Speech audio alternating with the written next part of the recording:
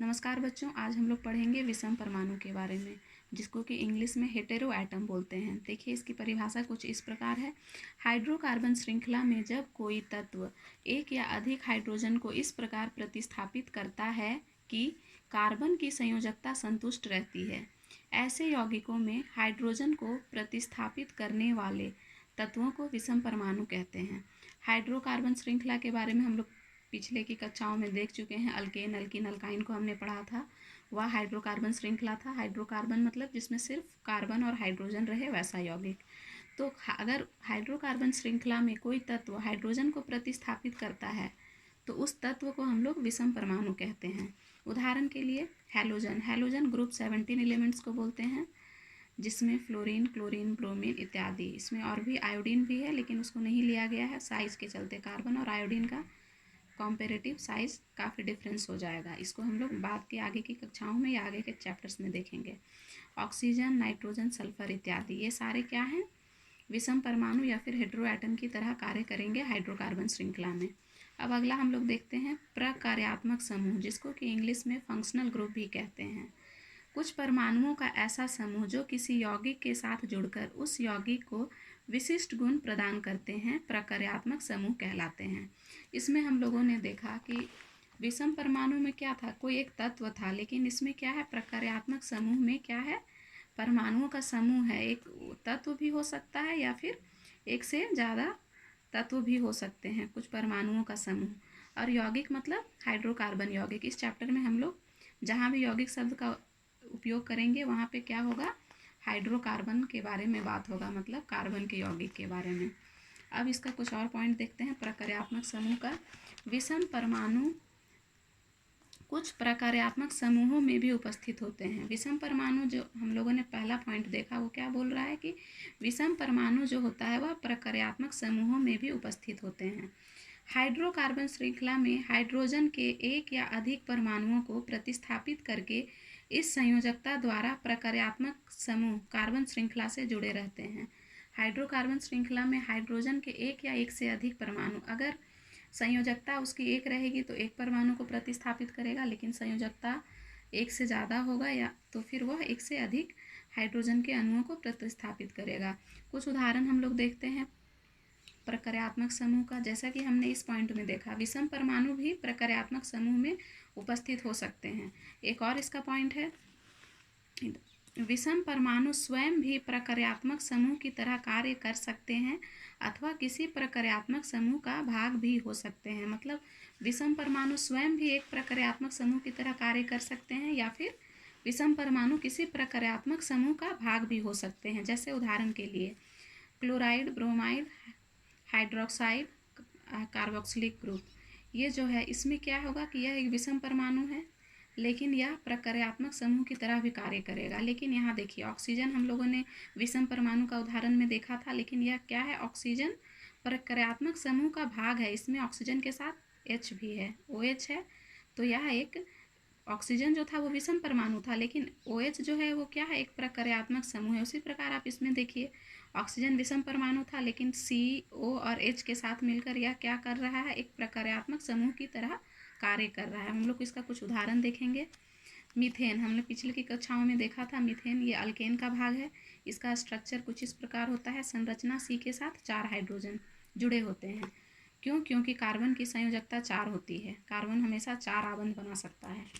तो यहाँ क्या ये हो रहा है कि एक हाइड्रोजन के बदले यहाँ पे क्या क्लोराइड आ रहा है, क्लोरीन एटम आ रहा है। तो क्या हो रहा है, ये क्लोरोमीथेन हो रहा है।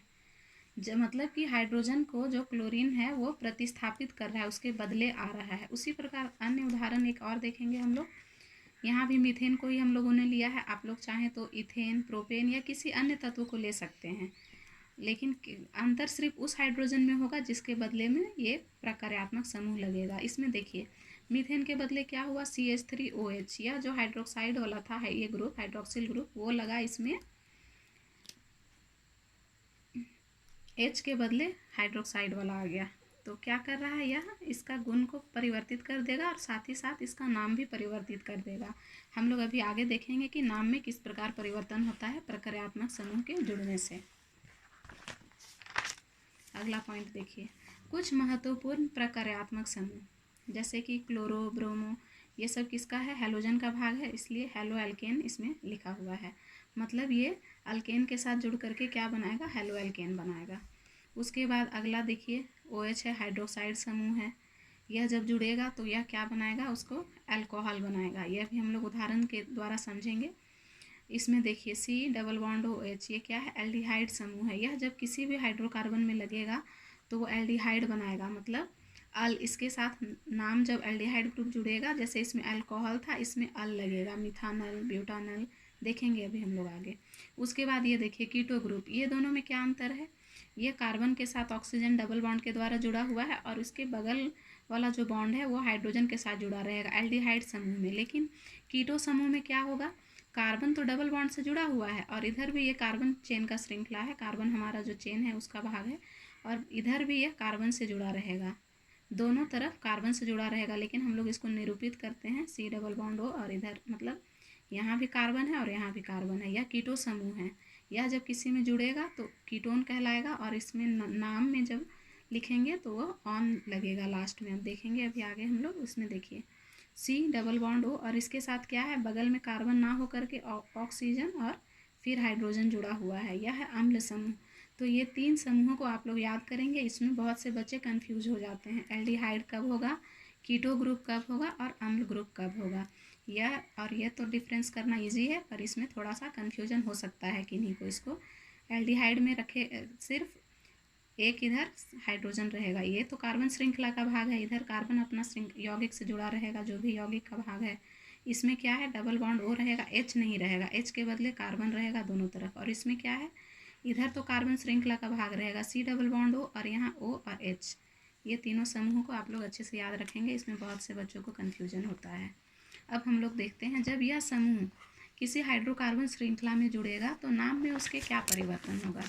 देखिए क्लोरो या ब्रोमो जुड़ेगा तो क्या होगा, पूर्व लग्न है ये, मतलब नाम में पहले चेंज होगा। जैसे हम लोग यहाँ पे एक उदाहरण के लिए देखते हैं, मीथेन में ही हम लोगों ने पहले भी देखा था, तो अभी हम लोग इथेन देखते हैं C2H6, ठीक है।